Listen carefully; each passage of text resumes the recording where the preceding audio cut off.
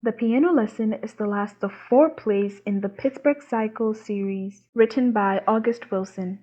This painting by Romare Bearden at the front of the book was the inspiration behind it.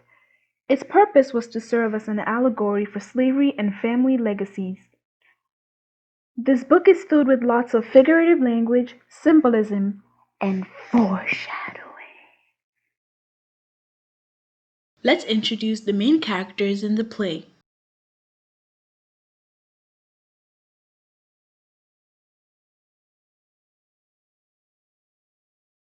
There's Doker. He is 47 years old and literally a cloud that holds all the memories of their family's past. Pay attention to him. He's pretty important. The whining boy is Doker's brother, and he only visits whenever he runs out of money. Oh, and he can speak to dead people. There's boy Willie. He is described as an impulsive person. I would personally describe him as a loudmouth bother, but oh well. Lyman is Boy Willie's best pal. He goes everywhere with him and they sell watermelons together from his truck. Lyman is characterized as someone who speaks with a very disarming straightforwardness. He is pretty charming.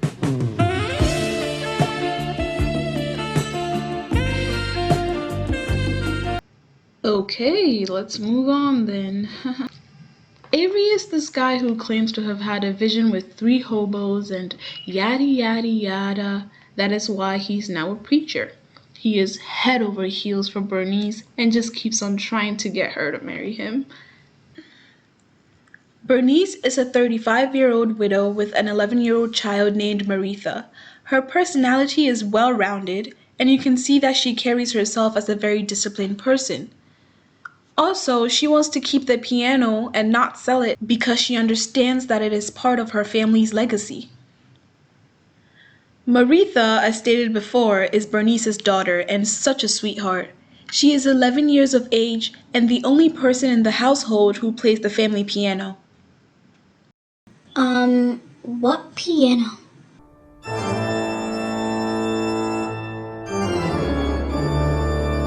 You didn't know there was a piano? It is the very thing that moves the plot of the story. Plus, I gave a huge hint at the beginning of the video. Anyway, let me tell you all about it. Actually, never mind. I'll let Doker tell you about it. He knows way more than I do. Over to you, Doker. Thank you. You see, to understand the origins of this piano, you gotta go back to the slavery time. My family was owned by a man named Robert Sutter, and the piano was owned by a man named Joel Nolander. Mr. Sutter wanted to buy his wife a present, but he had no money. However, he had a bunch of folk like us and decided to trade him for Nolander's piano. They made a deal. After a while, Sutter's wife, her name was Ophelia by the way, so she started missing the people his husband had traded for the piano. She wanted them back, but Nolander was like, nah, a deal's a deal. And Miss Ophelia got all sick, you see, laying on her bed every day. Oh, let me tell you about my grandpa. His name was Boy Willie, but they called him Willie Boy. You could give him a piece of wood, and he could make something marvelous from it. He made tables and lamps and desks, and made Mr. Sutter very rich. So, when Nolander wanted to buy him, Sutter didn't want to give him up, and then he told my grandpa that— Doker, I think I'll take it from here. Thank you. So, Mr. Sutter tells Willie Boy to make the piano look all fancy, and Willie Boy carves photos of his family's memory into the piano. But then, he doesn't want it to stay in Sutter's house because it has all his family history on it. After all, a picture is worth 1,000 words, or something like that. He decides to take it out of Sutter's house with the help of Doker and Whining Boy. Sutter finds out, gets angry, sets a bunch of things on fire, and Bernice's dad dies through all that chaos. That whole backstory is the reason why Bernice does not want to touch or sell the piano. It is a very sacred item to her, you know. However, her brother boy Willie does not care about the essence of the piano, and he has a simple plan laid out. Here, let me read it to you. Step 1. Save the money he has now. Step 2. Continue selling his watermelons for money. Step 3. Sell the piano for money. Step 4. Put all of the money that he earns together. And step 5. Buy Sutter's land. Simple, except it isn't so simple. Bernice and Boy Willie go head to head throughout this story in a heated debate on whether to keep or sell the piano. It reaches the point where Boy Willie just decides to cut the piano in half and sell his part of it. Talk about determination. Fast forward a few pages, Maritha and Bernice have returned home, and Boy Willie is just being an annoying little brother. He annoys Bernice so much that she gets angry and starts hitting him. They continue with their arguments over the piano, blah blah blah, you get it by now. And Act 1 ends. At the beginning of Act 2, Doker is singing in the kitchen. Whining Boy enters and starts talking about his magical suit and how it is 100% silk. Let me tell you all about this suit. It is magical, and trust me, you will see why very soon. Boy Willie and Lyman enter, and they have a bunch of money from selling the watermelons. Whining Boy goes up to Lyman with his magical suit and explains how all the ladies will fall in love with him if he buys the suit. Lyman buys it because why not? And they start talking about shoes and women, but that's too boring, so I'm skipping it. Avery comes into the house while Bernice is about to take a bath, but she's like, listen up, mate, you can bless the house and then leave. Avery is a bit dejected, but does so. Cut to scene 3. Boy Willie brings a girl named Grace into the house, and it seems like he promised her a lot of things because she was very disappointed when she found out she had to sleep on a couch. Boy Willie bumps into a lamp and it falls. He and Grace do some stuff. This wakes up Bernice, who tells him to get the hell out of her house because they don't allow such things. When he leaves with Grace, Lyman enters the house with his magical coat and some very nice perfume he bought from a vendor.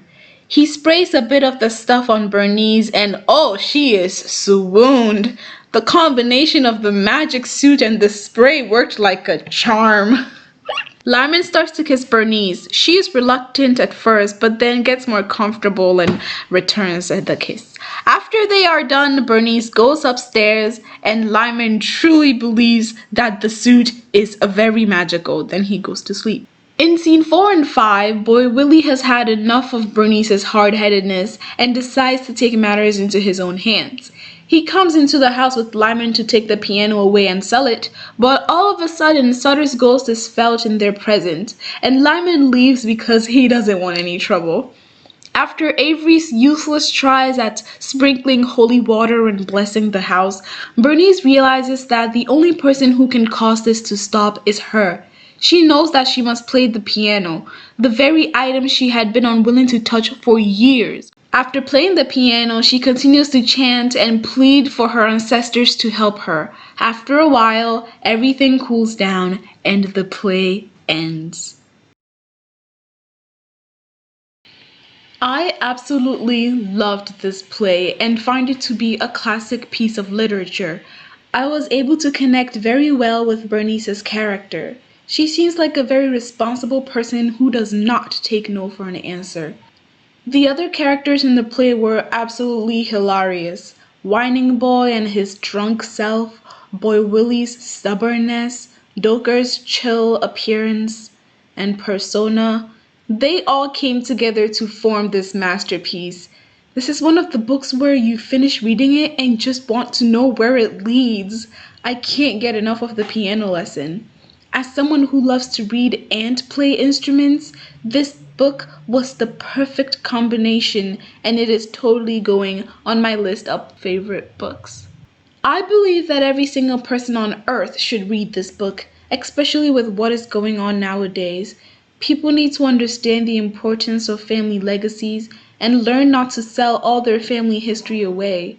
Bernice's father went through hell just to save that piano for his family. We are more privileged and don't have to go through all that. The little we can do is to respect and keep our family items safe. So that was it, my review on the book, The Piano Lesson. I hope you enjoyed that. Thank you and goodbye.